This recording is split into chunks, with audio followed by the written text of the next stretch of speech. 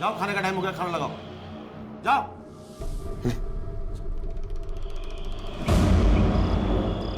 तेरे शरीर पे लगा अच्छे से।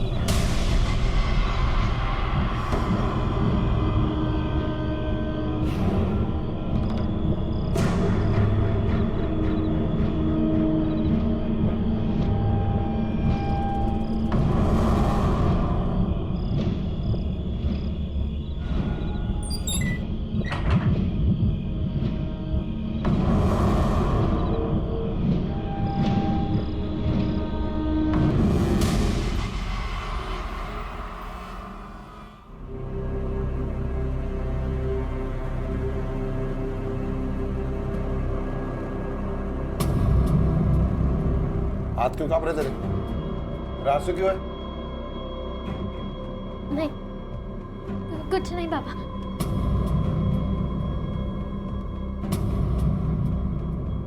कितनी बार बोला तुझे खाने के पीछे पानी नहीं पीते? ऐसे मॉल में खाना बिना पानी के गले से नीचे नहीं उतर रहा है। तो मत खाओ।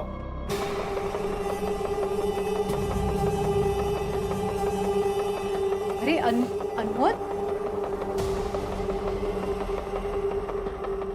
अब तक की घटी घटनाओं को देखकर शायद इस कहानी का सार और सिरा समझ में ना आए, लेकिन एक बात जो साफ हो जाती है वो है इस कहानी के किरदार, जिनमें से एक हैं केदार दीक्षित और दूसरी है एक लाश। जी हां, एक जवान लड़की की लाश जिसे इस शख्स केदार दीक्षित ने अपने घर में छिपा कर रखा है। एक लाश के अपने बीच होने के एहसास से जन्मा डर इस परिवार के हर सदस्य के चेहरे पर दिखाई दे रहा था, लेकिन किसी में इतनी हिम्मत नहीं थी कि वो केदार दीक्षित से कुछ कह सके। आखिर किसकी थी ये लाश और क्या संबंध था उसका इस परिवार के लोगों से, और कौन है ये केदार दीक्षित? डिपॉजिट दीजिएगा, उसी समय पेपर साइन हो जाएगा, कोई दिक्कत नहीं। अरे सोनल जी बैठिए ना, खड़ी क्या बैठिए रवि भाई। देखिए, एक हफ्ते से मैं कह रही हूँ मुझे उस घर में नहीं रहना, मतलब नहीं रहना। नहीं, आप बस मुझे मेरा डिपॉजिट वापस ला कर दो। देखिए, डिपॉजिट मिलेगा तो ही तो मैं दूसरे फ्लैट में जा पाऊंगी ना। आप मेरी मजबूरी तो समझिए प्लीज। सोनल जी आपको भरोसा नहीं होगा, ये देखिए, ये 5 मिनट भी नहीं हुए हैं अभी आपके जो ऑनर है ना मोहन जी से बात किए हुए। अरे रवि भाई, आपको तो पता ही है ना कि जो एग्रीमेंट होता है, रेंट एग्रीमेंट, वो 11 महीने के लिए होता है। अब जो भी मजबूरी हो आपको 7 महीने में खाली करना है, तो बस मोहन जी का ये कहना है कि थोड़ा सा वक्त। थोड़ा रवि भाई, थोड़ा टाइम। मैं एक पल नहीं रहना चाहती उस मनूस घर में।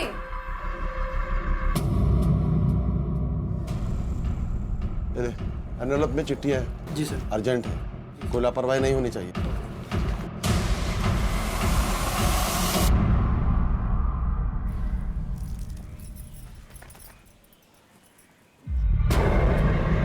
ओ ताई, यहाँ पे जमीन इतनी नरम नरम क्यों है? ए, क्या कर रही है तू? हट यहाँ से, हट यहाँ से, हट। यहाँ आकर कपड़े क्यों निचोड़ रही है? तुझे बोला था ना सामने कपड़े सुखाने के लिए, घर के पिछाड़े क्यों आई तू? मैं पहले भी तो यहाँ कपड़े सुखाती थी। मुझसे जबान लड़ा रही है? अब तेरी कोई जरूरत नहीं, कल आके तेरा पूरा हिसाब कर लेना। चल यहाँ से निकल। मेरी बात तो सुन ताई, निकल यहाँ से, निकल। क्या हुआ? हाँ? क्या हो रहा था इधर? वो राधा यहाँ आकर कपड़े सुखा रही थी। आप इतने जल्दी कैसे आ गए? मैं कुछ दिन के लिए वैद्य की दुकान बंद किया। दुकान बंद कर दे? ये क्या पागलपन है? घर कैसे चलेगा? घर चलाने का काम मेरा है, तू उसकी चिंता मत कर। और मैं जो कर रहा हूँ पागलपन नहीं है, ये बात अच्छे से समझ ले तू।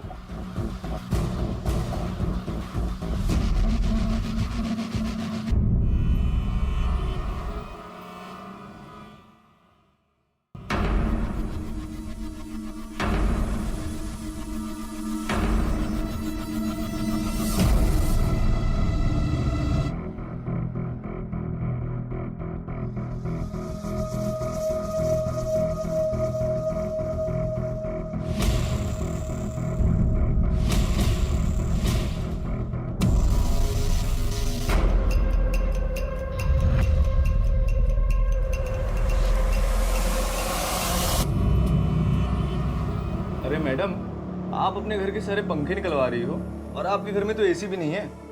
आप इतनी गर्मी में रहोगी कैसे? भैया तुम फ्री में काम करते हो? नहीं तो मैडम, पैसे लेता हूँ। तो मुंह बंद करके अपना काम करो और मुफ्त की राय मत दो। जी मैम सर। चलो दूसरे कमरे में। जी। हेलो कालिंदी, अच्छा सुन, जब तक मुझे दूसरा पीजी नहीं मिलता मैं तेरे घर पे रह सकती हूँ क्या? अरे मेरे घर दीदी और जीजा है, तुझे तो पता है। मैं कोई और ऑप्शन ढूंढती हूँ। Okay bye.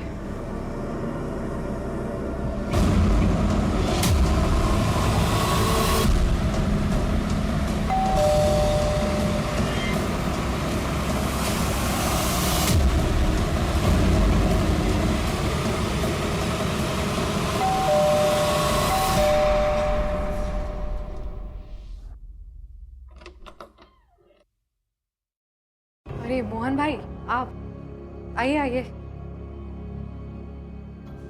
देखिए मोहन भाई, आप प्लीज मेरी कंडीशन समझने की कोशिश कीजिए।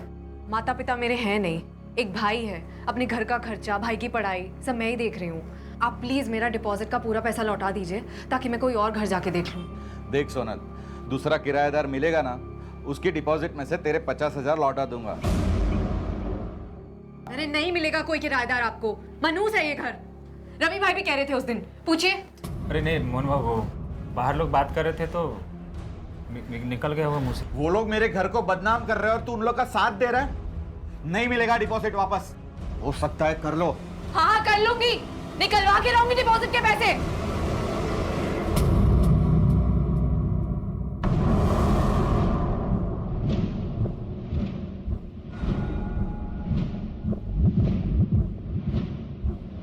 अहो, अनमोल स्कूल से घर आया ही नहीं। वो अपने दोस्त यश के यहाँ रुका है और कह रहा है कि यहाँ आएगा ही नहीं। जाओ बेटा, तुम अंदर जाओ, दरवाजा बंद कर लो। चल पापा, पापा मेरी बात सुनो, मुझे इस घर में नहीं जाना है पापा। पापा मेरी बात तो सुनो पापा। पापा मुझे इस घर में डर लगता है, मुझे इस घर में नहीं जाना है पापा। तो सुनो पापा।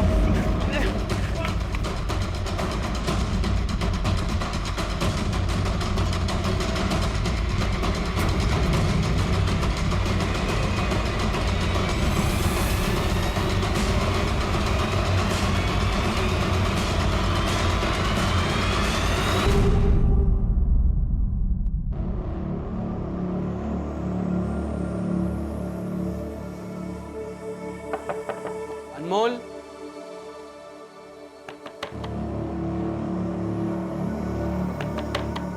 अनमोल, अनमोल, अनमोल, अनमोल, अनमोल।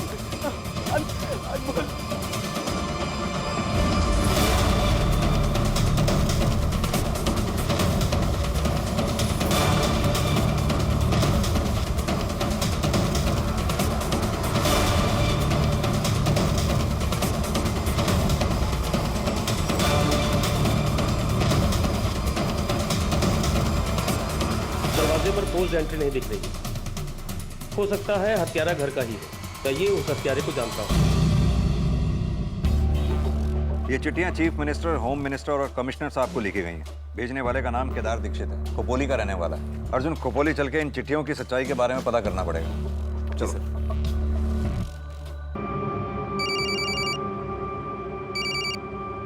हेलो, पीएसआई पाटिल बोलता है का? हाँ जी पाटिल बोल रहा हूँ। मैं क्राइम ब्रांच में पीएसआई अर्जुन लोखंडे बोलता हूँ। हाँ बोलिए लोखंडे जी। अच्छा, आपके पुलिस स्टेशन के एरिया में कोई केदार दीक्षित नाम का आदमी रहता है क्या? केदार दीक्षित? हम तो केदार दीक्षित के घर पर ही हैं। क्या?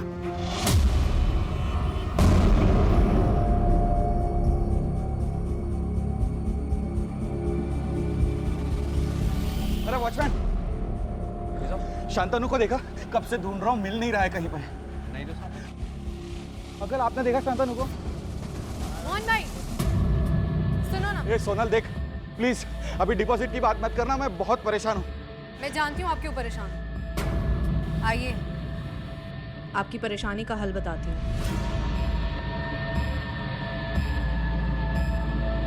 क्या हुआ? क्या बोल रही थी तुम? आप अपने बेटे को ढूंढ रहे हो ना? कहाँ है मेरा बेटा? घबराओ मत, आपका बेटा मेरे पास डिपॉजिट है। आप मेरा 50,000 रुपए का डिपॉजिट ले आओ और अपना डिपॉजिट ले जाओ। 50,000 रुपए के लिए तू उस हद तक गिर गई कि मेरे बेटे को किडनैप कर लिया?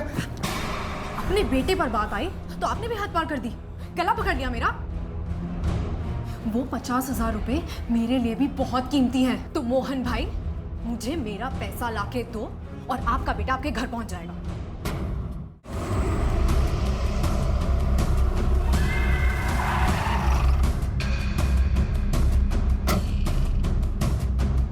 सर, हमें से किसी लड़के की लाश मिली है। इसका नाम अनमोल है। हमने आस पड़ोस में पूछताछ की। पड़ोसियों के मुताबिक इसकी फैमिली वाले कल रात से ही बाहर गए। लेकिन केदार की जो चिट्ठी हमें मिली है उसमें उसने अपनी बेटी की लाश का जिक्र किया है, जिसकी मौत काफी दिन पहले हो चुकी है। और उस चिट्ठी के मुताबिक उसकी बेटी की लाश इसी घर में है। अर्जुन, घर की अच्छी तरह से तलाशी लो, लाश यहीं कहीं होगी। और सर्च करो, बगा जरा।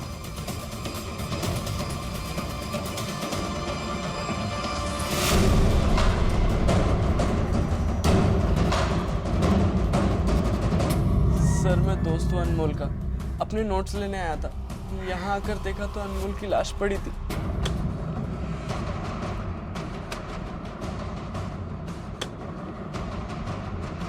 एक मिनट बाजू लो। केदार और उसका परिवार अचानक कहाँ चले गए? सर, कल रात को कहीं निकल गए। कहाँ गए, कुछ मालूम? नहीं सर। सर, पीछे कुछ है।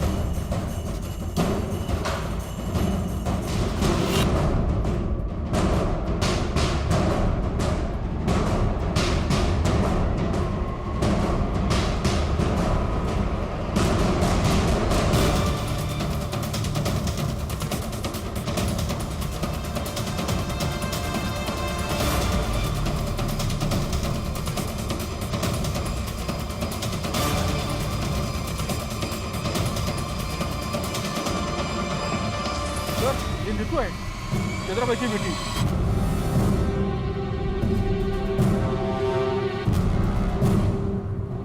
आपके पड़ोस में एक लड़की की लाश जमीन में गाड़ दी गई और आपको पता तक नहीं चला? हमें बिल्कुल भनक नहीं थी। हाँ, लेकिन कुछ दिनों से केदार के घर के बाहर कुत्ते भौंक रहे थे। कुछ दिनों से केदार भाई और वहीनी कोई किससे बात नहीं करता था। और तो और केदार भाई ने अपनी दवाई की दुकान भी बंद कर डाली। केदार और उसकी बीवी का फोन नंबर होगा तुम्हारे पास? जी हाँ सर। दीजिए हमें। बताइए।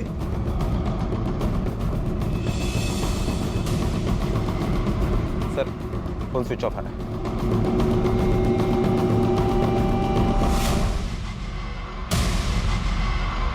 क्राइम ब्रांच ने उन चिट्ठियों की जांच की जो केदार दीक्षित ने न्याय की गुहार लगाते हुए पुलिस के आला अफसरों और नेताओं को लिखी थी।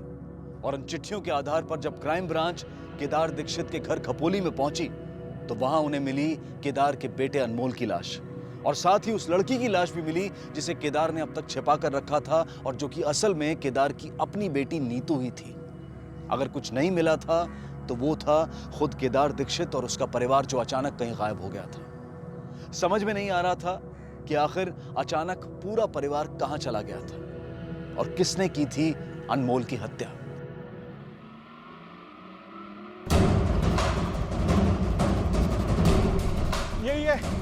यही है वो लड़की। बोल, मेरा बेटा किधर है? हाँ, इससे मेरे बेटे को किडनैप किया है सर। सर, मैंने किडनैप नहीं किया, मैं तो सिर्फ इन्हें डरा रही हूँ। इनका बेटा है कहाँ? सर आइए सर। शांतनु बेटा, आजा सर, मैं तो अपना डिपॉजिट वापस लेना चाह रही थी सर। इससे आसान तरीका नहीं मिला तुम्हें कोई? सर, मैं कितने दिनों से इनको। बेटा, ये यहाँ पर आपको जबरदस्ती लेकर आई थी? नहीं, दीदी ने बोला कि हम लोग वीडियो गेम खेलते और मैं यहाँ पहुँची। यादव, बच्चे का बयान दर्ज कर लो और इसे थाने लेके चलो। सर, मैं तो कुछ नहीं किया। सर आप प्लीज मेरी बात तो सुनिए। दीदी, ऐसा करने की क्या जरूरत थी आपको? अरे तो क्या करती मैं नामित, उस घर में एक पल नहीं रह पा रही हूँ मैं, और मोहन भाई डिपॉजिट वापस करने को तैयार ही नहीं है। हाँ दीदी, पर ऐसा करने से आपको। तुम ज्ञान मत बांट मुझे, समझा? तू एक काम कर, तू रवि भाई से जाके मिल और उन्हें बोल कि मोहन भाई को समझाए कि ये केस वापस ले ले। ठीक है। पुणे पुलिस से यह कंफर्म हुआ है कि केदार दीक्षित की बेटी नीतू की लाश पुणे के शुभचिंतक सोसाइटी के फ्लैट नंबर 401 में 16 अक्टूबर को पंखे से लटकती हुई पाई गई। पोस्टमार्टम रिपोर्ट से यह भी साफ हो रहा है कि दम घुटने की वजह से और गले की हड्डी टूटने की वजह से उसकी मौत हुई। सर, एक गोष्ट माझ्या लक्षात येत नाहीये, जो बाप अपनी बेटी की सुसाइड केस को मर्डर केस साबित करने के लिए इतनी कोशिश कर रहा है, उसकी लाश संभाल के रख रहा है, अलग अलग जगहों पर चिट्ठियां लिखकर उसके दोबारा पोस्टमार्टम की रिक्वेस्ट कर रहा है, अब वही बाप अपने फैमिली के साथ गायब है, जबकि उसके बेटे का यहाँ पर मर्डर हुआ है। अपने खबरियों को अलर्ट करो, केदार की फैमिली के फोटोग्राफ्स उन्हें भेजो। और हाँ, केदार के बेटे अनमोल के पोस्टमार्टम के साथ साथ केदार की बेटी नीतू का भी दोबारा पोस्टमार्टम कराओ। Okay sir.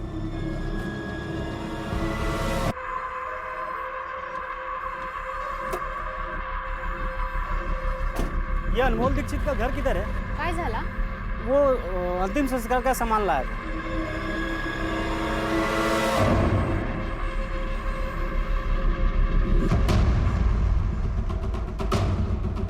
किसके कहने पे लेके आया ये अंतिम संस्कार का सामान? यहाँ भी पोस्टमार्टम नहीं हुआ, फैमिली वालों का कुछ पता नहीं, और तू अंतिम संस्कार का सामान लेके आ गया। किसने कहा था लाने के लिए? ये एड्रेस है, कल आप अंतिम संस्कार का सारा सामान इस एड्रेस पे पहुंचा देना। पैसे आपको डिलीवरी के टाइम ही मिल जाएंगे। क्या यही लड़का था वो? हाँ सर, यही लड़का था। सर, केदार और उसकी पत्नी कविता, इन दोनों के मोबाइल अभी भी स्विच ऑफ ही आ रहे हैं। हमने पता लगाया केदार का मोबाइल खोपोली में स्विच ऑफ हुआ था और उसकी बीबी के मोबाइल का लास्ट लोकेशन नासिक का है। सर, ये अनमोल और नीतू की पोस्टमार्टम रिपोर्ट है। रिपोर्ट के मुताबिक अनमोल की मौत रात 10 से 12 बजे के बीच में हुई है और उसकी मौत सर पर किसी भारी चीज के लगने की वजह से हुई। और नीतू की रिपोर्ट में क्या है? सर, नीतू ने सुसाइड के पहले भारी मात्रा में नींद की दवा खाई थी। उसके सर पर अंदरूनी चोट भी थी, लेकिन नीतू की मौत की असली वजह फांसी लगना है। लेकिन वो सुसाइड करने के लिए ये सब क्यों करेगी? बड़ी अजीब बात है। पुरानी पोस्टमार्टम रिपोर्ट से नई वाली मैच नहीं कर रही। पहली पोस्टमार्टम रिपोर्ट में ना दवाइयों का जिक्र था, ना ही ब्रेन हेमरेज का। इसका मतलब केदार का दावा सही था कि उसकी बेटी का मर्डर हुआ है। केदार दीक्षित और उसका परिवार या तो बहुत ही अलग और अनोखा था, या फिर इनके साथ कोई अनहोनी हुई थी। एक तरफ तो केदार दीक्षित अपनी बेटी की लाश को घर में छिपाकर पुलिस के आला अफसरों से उसके दोबारा पोस्टमार्टम की गुहार लगा रहा था, और वहीं दूसरी तरफ अपने बेटे की लाश को घर पर छोड़कर अपने परिवार के साथ भाग खड़ा हुआ था। क्राइम ब्रांच के लिए यह सबसे अनोखा केस था, लेकिन उन्होंने इसे एक चुनौती की तरह लिया और तहकीकात शुरू कर दी। सर, केदार अपनी बेटी नीतू का अंतिम संस्कार नहीं करना चाहता, तो फिर ये अनमोल क्यों? केदार अपनी बेटी की लाश को अपने घर में छुपा के रखना चाहता था। हो सकता है केदार और उसके बेटे अनमोल में तकरार हुई हो और केदार के हाथों अनमोल का कत्ल हो गया हो, और अब पूरा परिवार गायब है। और सबसे पहले हमें केदार और उसकी फैमिली का पता लगाना होगा, क्योंकि अनमोल के मर्डर केस में केदार और उसकी फैमिली वही सबसे बड़े सस्पेक्ट हैं। केदार दीक्षित के हाथ आए बिना इस केस का सुलझना मुश्किल था, इसलिए पुलिस ने जोर शोर से उसकी तलाश शुरू कर दी। साथ ही नीतू के कातिल और उसके कत्ल की वजह को ढूंढने के लिए क्राइम ब्रांच पुणे रवाना हुई। सॉरी सर, डॉक्टर की गलती की वजह से हम भी इस केस को आगे इन्वेस्टिगेट नहीं कर पाए, लेकिन अब हम आपको पूरा कोऑपरेट करेंगे। सर, ये वही डॉक्टर है जिन्होंने नीतू दीक्षित का पहले पोस्टमार्टम किया था। सॉरी सर, उस दिन 5-6 लाशों का पोस्टमार्टम करना था। वो शाम को मेरी बेटी की बर्थडे पार्टी भी थी, शायद जल्दबाजी में कुछ छूट गया हो। आपको जरा सा भी एहसास है आपकी इसी लापरवाही की वजह से एक मुजरिम खुला घूम रहा है? सॉरी सर, आगे से दोबारा ऐसा नहीं होगा। आगे से आप दोबारा कर भी नहीं पाएंगे ऐसा। इनके खिलाफ लापरवाही का चार्ज लगाइए। सर, आप जाइए, कोर्ट के नोटिस का इंतजार कीजिए। सर, सॉरी सर, ले जाओ इसे। दोबारा नहीं होगा ऐसा सर, प्लीज नहीं होगा सर। ये नीतू जिस फ्लैट में रहा करती थी, उस फ्लैट में नीतू के अलावा और कोई भी रहता था क्या? हाँ सर, उस फ्लैट में उसके साथ एक लड़की रहती थी जिसका नाम सोनल है।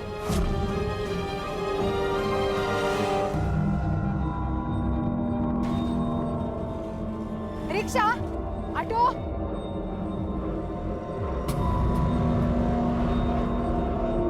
भाभी, आप लोग कहाँ थे और कहाँ जा रहे हो? हम घर जा रहे हैं। आप लोग को पुलिस ढूंढ रही है। पुलिस? आपके घर से नीतू की लाश मिली है। लाश? भाभी, आप तो ऐसा बोल रही जैसे आपको कुछ मालूम ही नहीं है। आप लोग जिस रात को गए उसी रात को अनमोल का मर्डर भी हो गया। अनमोल? हाँ भाभी, हमने आपका फोन बहुत ट्राई किया मगर फोन भी तो नहीं लग रहा था।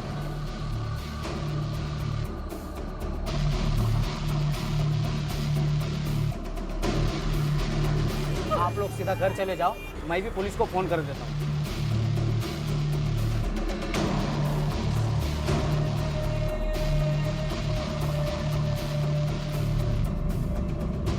कितनी बार बोला तुझे खाने के पीछे पानी नहीं पीते? ऐसे मॉल में खाना बिना पानी के गले से नीचे नहीं उतर रहा है। तो मत खाओ। भैया रेलवे स्टेशन चलो। आप लोग जिस रात को गए उसी रात को अनमोल का मर्डर भी हो गया। अब हम घर नहीं जा सकते।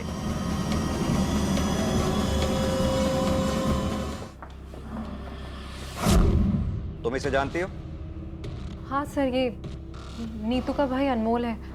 नीतू की मम्मी के साथ आया था एक दो बार उससे मिलने। किसी ने उसका मर्डर कर दिया है। क्या? देखो सोनल, नीतू की पोस्टमार्टम रिपोर्ट से ये बात साफ हो चुकी है कि नीतू का मर्डर हुआ था। अब तुम सीधी तरह से ये बताओ कि तुमने नीतू को मारा क्यों? नहीं सर, मैंने नहीं मारा सर। क्यों? जो लड़की 50,000 रुपए के लिए अपने मकान मालिक के बेटे को किडनैप कर सकती है, उसके लिए मर्डर करना कौन सी बड़ी बात है? नहीं सर, आप मेरा यकीन कीजिए सर। सर मुझे तो अभी तक यही लग रहा था कि नीतू ने सुसाइड किया था। तुम्हें ऐसा क्यों लगता था कि नीतू ने सुसाइड किया होगा? सर मैं, नीतू और रचना, हम तीनों बेस्ट फ्रेंड्स थे सर। मैं और नीतू साथ रहते थे सर, और हमारी बिल्डिंग में रचना 6th फ्लोर पर रहती थी। वो फ्लैट उसके पापा ने उसे गिफ्ट दिया था। शादी के बाद वो और उसका हस्बैंड वहीं रहने वाले थे। 2 महीने पहले उसने अपने ही फ्लैट से कूद के सुसाइड कर लिया। हो सकता है वो भी मर्डर हो। नहीं सर, रचना ने सुसाइड ही किया था, क्योंकि हमें उसके हाथ से लिखा हुआ सुसाइड नोट मिला था। क्या रचना के सुसाइड का कारण जानती हो? हाँ सर। सर रचना जिस लड़के से प्यार करती थी उसकी एक एक्सीडेंट में मौत हो गई, और फिर रचना काफ़ी डिप्रेस्ड रहने लगी थी। और फिर रचना के सुसाइड के बाद नीतू हमेशा सिर्फ उसी की बातें करती रहती थी सर। वो भी डिप्रेशन में आ गई थी। और नीतू क्या कर रही है? जल जाएगा। पागल हो गई है क्या? ध्यान कहाँ है तेरा? और फिर उसके 2 हफ्ते बाद उसने भी। देख भाई नमित, अब तो इतना लायक तो हो गया कि ट्यूशन से अपना खर्चा निकाल ले, और मेरी कौन सी सैलरी बढ़ रही है? हाँ समझा?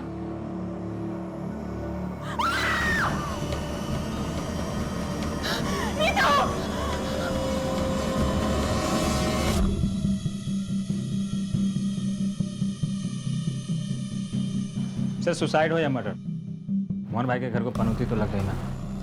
यहाँ 2 लोगों की जान चली गई, तुम्हें फ्लैट की पनौती की पड़ी है। इस फ्लैट में नीतू और सोनल के अलावा और कौन कौन आया जाया करता था? सर फिलहाल तो ये दोनों ही रहती थी, लेकिन नीतू की मौत के 10 दिन पहले तक छाया भी इन लोगों के साथ रहती थी। छाया GRT कॉलेज में इनके साथ ही पढ़ाई करती थी। अर्जुन, इस छाया के बारे में सारी इंफॉर्मेशन निकालो।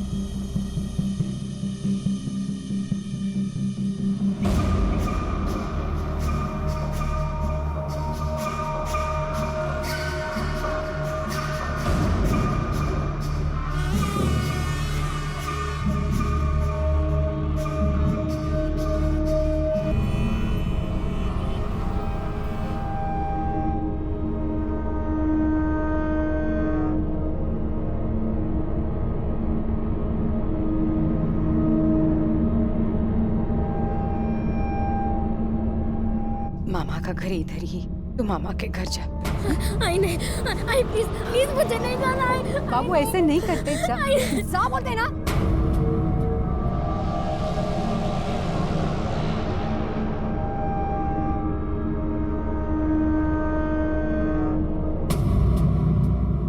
छाया, तुमने नीतू का पीजी अचानक क्यों छोड़ दिया था? सर रचना की मौत के बाद उस बिल्डिंग को लोग मनूस बिल्डिंग कहने लगे थे, इसलिए छोड़ दिया। छाया, हमें पता चला है तुम्हारी फैमिली की फाइनेंशियल कंडीशन कुछ ठीक नहीं है। तुमने मेडिकल कॉलेज में स्कॉलरशिप लेने के लिए अप्लाई किया था। फर्स्ट सेमेस्टर में तुम्हारी रैंक 2nd थी और नीतू की 1st। और इस सेमेस्टर में तुम नहीं चाहती कि नीतू दोबारा फर्स्ट आए। 16 तारीख को जिस दिन नीतू का 1 से 3 बजे के बीच में मर्डर हुआ, उस दिन तुम उसी पीजी में देखी गई थी। तुम्हें वॉचमैन ने भी देखा था। सर मैं तो सिर्फ अपना सामान लेने गई थी।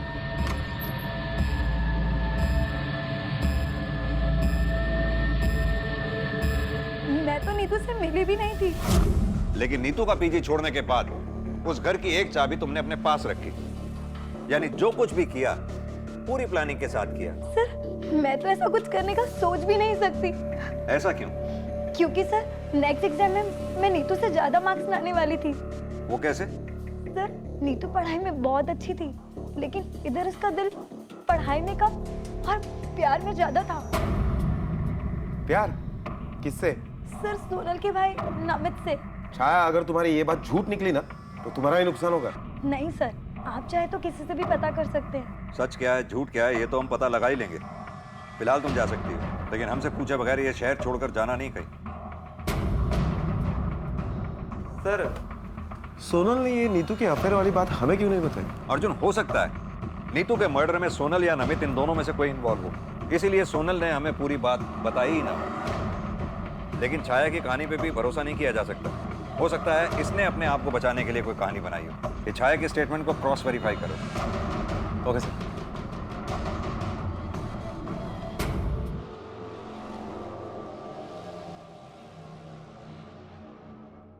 केदार दीक्षित अब भी फरार था। अनमोल की हत्या की गुत्थी अब भी गुत्थी बनी हुई थी।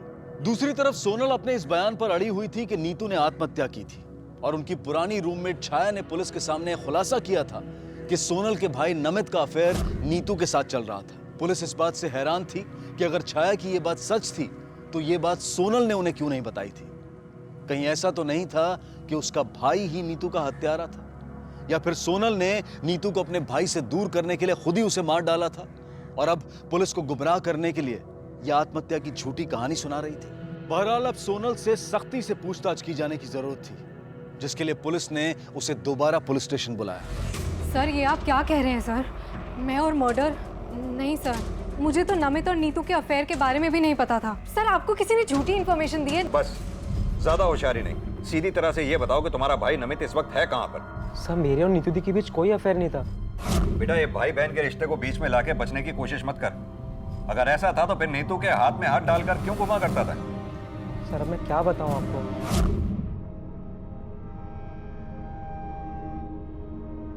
हाय, मैं आदित्य।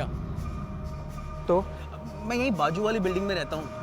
एक्चुअली मुझे कहीं अर्जेंटली जाना है, तो प्लीज़ मुझे ऑटो रिक्शा स्टैंड तक छोड़ दो। हाँ, it's fine. Thank you so much.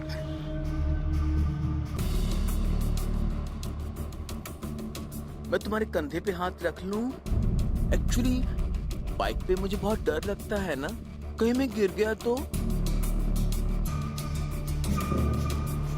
आइला, तुम तो सच में बहुत भुजंग बाहु हो। सर, एक दिन मैंने उसकी हेल्प क्या कर दी, वो तो पीछे ही पड़ गया। दूसरे दिन आके आई लव यू बोलने लग गया। मैं ये बात सोनल दी को कैसे बताऊं, मुझे समझ ही नहीं आ रहा था। सर, मेरा और नीतू दी के बीच ज़्यादा एज डिफरेंस नहीं था और मेरी उनसे बॉन्डिंग भी अच्छी होने लगी थी, तो एक दिन मैंने सब कुछ नीतू दी को बता दिया।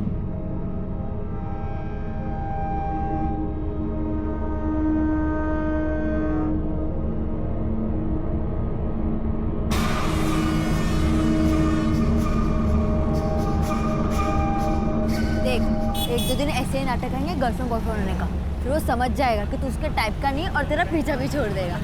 ये सही है। इस नाटक के बारे में सोनल को मालूम था? नहीं सर, सोनल दी को इसके बारे में कुछ नहीं पता था। मतलब तेरी कहानी सच है या नहीं, इस बात का कोई सबूत या गवाह है ही नहीं। जो गवाह थी नीतू, वो मर चुकी है। मतलब तेरी कहानी झूठ भी हो सकती है, कोई बात नहीं। अब तेरी कहानी का सच आदित्य बताएगा। नहीं सर,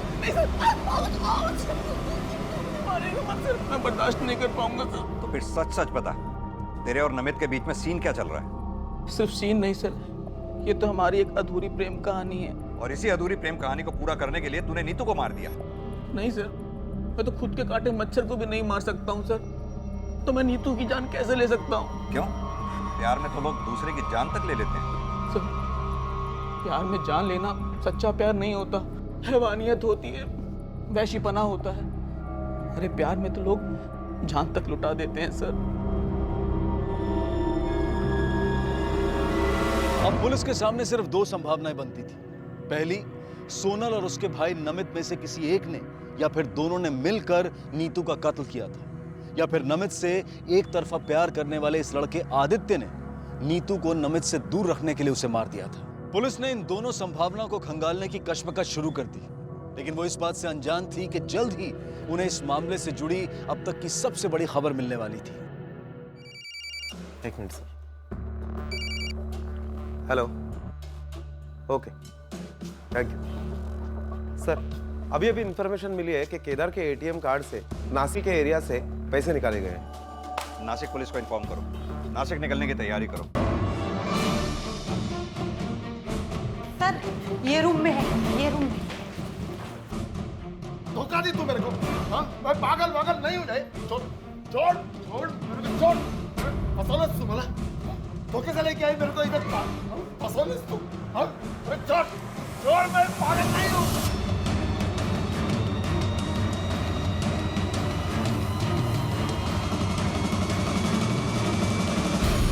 क्या केदार जी, हमें चिट्ठी भेजकर खुद भाग गए? ये लुका छिपी का खेल क्यों खेल रहे हैं हमारे साथ? सर आप मेरी बीवी को समझाइए, ये मुझे पागल समझ रही है। साहब अपनी बेटी की लाश घर में कोई रख सकता है क्या? ये कोई समझदार आदमी का काम नहीं, इसलिए मुझे इन्हें यहाँ लाना पड़ा, और वो भी धोखे से। एक बात बताइए केदार जी, आप इतने दावे के साथ कैसे कह सकते हैं कि आपकी बेटी नीतू ने सुसाइड नहीं किया? सर रचना की मौत के बाद जब नीतू का फोन मुझे आया, मुझे रचना के बारे में सुनकर दुख हुआ बेटा। पापा दुख तो मुझे भी बहुत है, बस जिंदगी में कठिन समय तो हर किसी के जीवन में आता है, पर उस कठिनता से उबरने के लिए ऐसा सुसाइड नहीं करना चाहिए, गलत कदम है। जब मुझे नीतू की मौत की खबर मिली तो मुझे इस बात का पूरा यकीन था कि मेरी बेटी कुछ भी कर सकती है लेकिन आत्महत्या नहीं करती, और यही बात मैंने कविता से भी कही। मुझे पूरा यकीन है हमारी नीतू का मर्डर हुआ, पर मेरी बात कोई सुनने को तैयार ही नहीं है। मेरी समझ में नहीं आ रहा मैं क्या करूं। सब कुछ चिट्ठी भी लिखी पर अहो हे बगा, मैं कमलेश भैया से बात करती हूँ, उसका एक दोस्त नासिक में विधायक है, वो हमारी जरूर मदद करेगा, और नीतू का दोबारा पोस्टमार्टम भी हो जाएगा। ठीक है मकसद, आज रात जाऊया। ये किधर लेके आई? ये तो हॉस्पिटल है। अहो भाई ने यही बुलाया है, मुझे लगा कि इन्हें मेंटल हॉस्पिटल में भर्ती करके मैं वापस चली जाऊंगी। नीतू का अंतिम संस्कार करूंगी ताकि नीतू की आत्मा को शांति मिले। मैंने अनमोल को पूरी तैयारी करने के लिए बोल के रखा था, पण साहब मैं जा नहीं सकी क्योंकि यहाँ अस्पताल की कार्रवाई पूरी करनी थी, इसके लिए मुझे यहीं देर हो गई। केदार जी, हमने आपके बेटी नीतू का दोबारा पोस्टमार्टम किया, और पोस्टमार्टम रिपोर्ट के मुताबिक आपकी बेटी ने सुसाइड नहीं किया था, बल्कि उसका मर्डर हुआ था। बोला था ना मैं। आप बताइए कविता जी, आप क्यों भाग रही हैं? सब मैं डर गई थी, मुझे पता चला कि आप मुझे ढूंढ रहे हो, और वो भी मेरे बेटे अनमोल की हत्या के शक में। साहब मैं अपनी छोटी बेटी को इससे दूर रखना चाहती हूँ। क्या हुआ अनमोल? अनमोल को क्या हुआ? बोल अनमोल को क्या हुआ?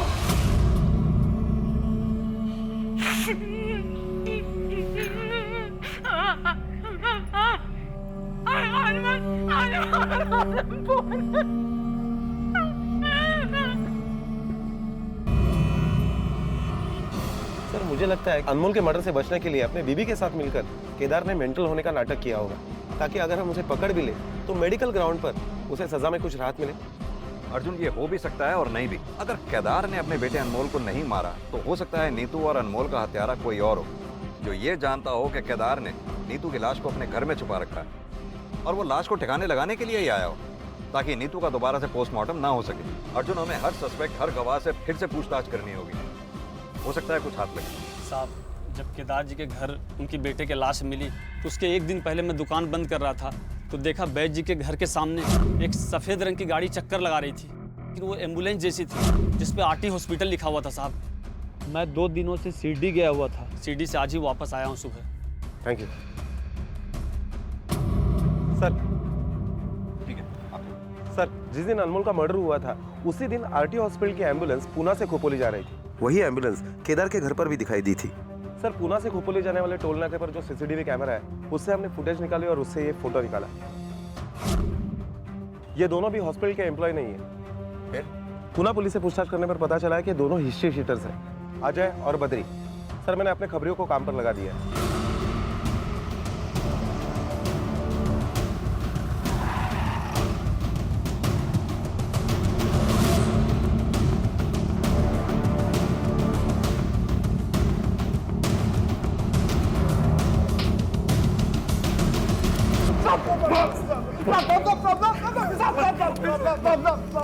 बता, किसके कहने पे केदार दीक्षित के घर में गया था और क्यों गया था?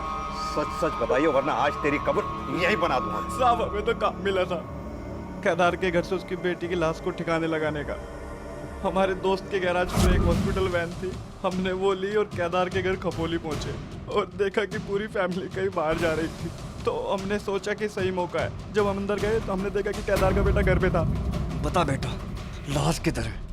साहब वो भागने की और चिल्लाने की कोशिश कर रहा था, तो हमने उसके सर पे पत्थर से वार किया और वो मर गया। और हमें लाश भी नहीं मिली उसके घर से। किसके कहने पे किया था ये सब? आदित्य नाम बताया था साहब उसने अपना।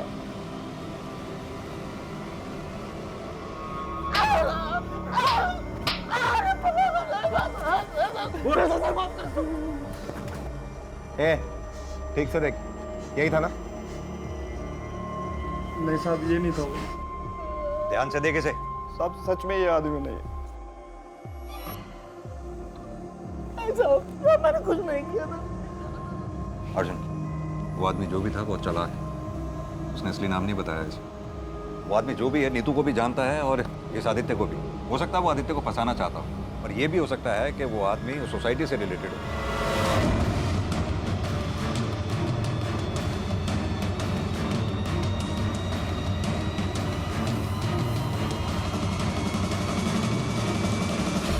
मोहन जी, मुझे आपसे नीतू के बारे में कुछ पूछताछ करनी है। सर प्लीज अभी नहीं, मैं बहुत अर्जेंट से मैं हूँ, मुझे रजिस्ट्रेशन करवाना है, मेरे फ्लैट की डील हो गई है। 5 मिनट तो रुक सकते हैं ना? सर 90 लाख का फ्लैट में 60 लाख में बेच रहा हूँ।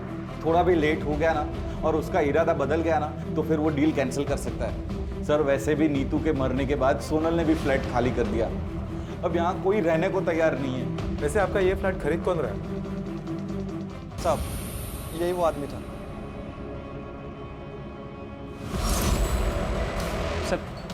सर कौन है ये? मैं नहीं जानता इसको सर। सर मेरे घर की डील है सर, मैं बाद में मिलता हूँ ना सर। पता है हमें, तू मोहन का घर खरीद रहा है ना? हाँ? 90 लाख का फ्लैट 60 लाख में जो मिल रहा था तुझे, रचना के सुसाइड करने के बाद उसके बाप ने अपना फ्लैट आधे दामों पे जो बेच दिया। 60 लाख का घर उन्होंने सिर्फ 40 लाख में बेचा। वहीं से ये आइडिया आया था ना तुझे? लालच आ गया था मुझे। नीतू के फ्लैट की एक डुप्लीकेट चाबी मेरे पास थी, उसके फ्लैट के ऊपर एक खाली फ्लैट था जिसकी भी चाबी मेरे पास ही रहती थी। फिर रात को मैं वो खाली फ्लैट में रुक गया और फिर अगले दिन दोपहर में जब बाहर कोई नहीं था, सर मुझे पता था कि नीतू फ्लैट में अकेली है। मैं मौका देखकर उसके घर में घुस गया।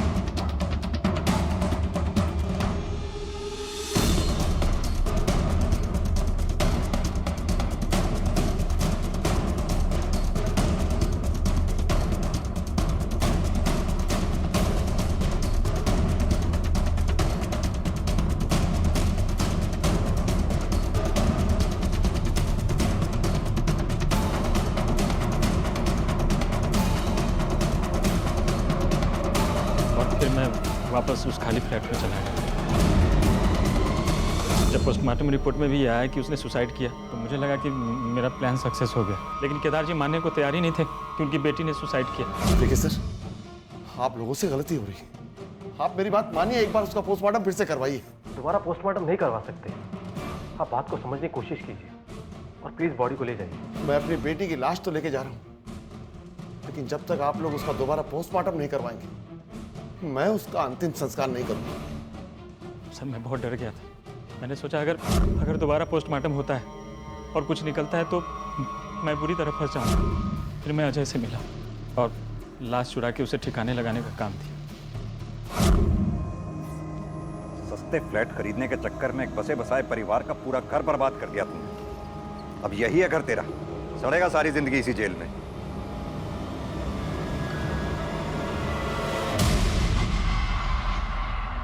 अपने 2-2 जवान बच्चों को खो देने, घर से बेघर होकर मारे मारे फिरने और अपने पूरे परिवार के बर्बाद हो जाने की कीमत पर यह इंसाफ केदार दीक्षित को बहुत महंगा पड़ा। मेडिकल एंट्रेंस एग्जाम में पास हो गई।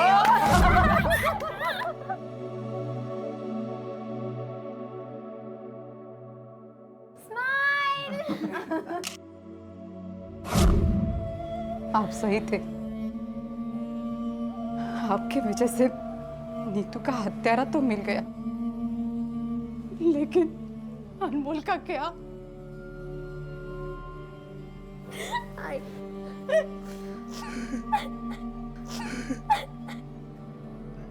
नीतू की ये कहानी उन सभी लोगों के लिए एक बहुत बड़ा सवाल है जो जुर्म, लालच और नाइंसाफी की इस तरह की घटनाओं को सुनकर और पढ़कर अफसोस जताते हुए ये तो कहते हैं कि ये दुनिया अब रहने लायक नहीं रही है, लेकिन इस सच्चाई को पूरी तरह से नजरअंदाज कर देते हैं कि कहीं ना कहीं इन हालात के लिए वो खुद भी जिम्मेदार है। हम सब जिम्मेदार हैं। हर वो इंसान जिम्मेदार है जो इस समाज में, इस दुनिया में रहता है। वो एस्टेट एजेंट जिसने अपनी लालच की वजह से नीतू का कत्ल किया, वो किसी दूसरे ग्रह से नहीं आया था, बल्कि हमारे इसी समाज का हिस्सा था। कुछ लोग शायद ये कहेंगे कि किसी एक व्यक्ति की गलती का जिम्मेदार पूरे समाज को कैसे ठहराया जा सकता है, लेकिन इस तर्क में कोई दम नहीं। ये पूरी तरह से खोखला है, क्योंकि किसी भी इंसान को उसकी सोच उसके परिवार और अपने समाज से मिलती है। अपने बेटे की किसी ऐसी जगह पर पोस्टिंग हो जाने पर जहां पर ऊपरी कमाई अच्छी होती है, हम खुशी में पूरे मोहल्ले में लड्डू बांटते हैं। हम ये कभी नहीं मानते हैं कि हमने हर इंसान में लालच के संस्कार खुद भरे हैं। हमने पैसे को, रुपए को इतना इंपॉर्टेंट बना दिया है कि हर कोई उसे पाना चाहता है, फिर चाहे उसे पाने का रास्ता और तरीका कितना भी गलत क्यों ना।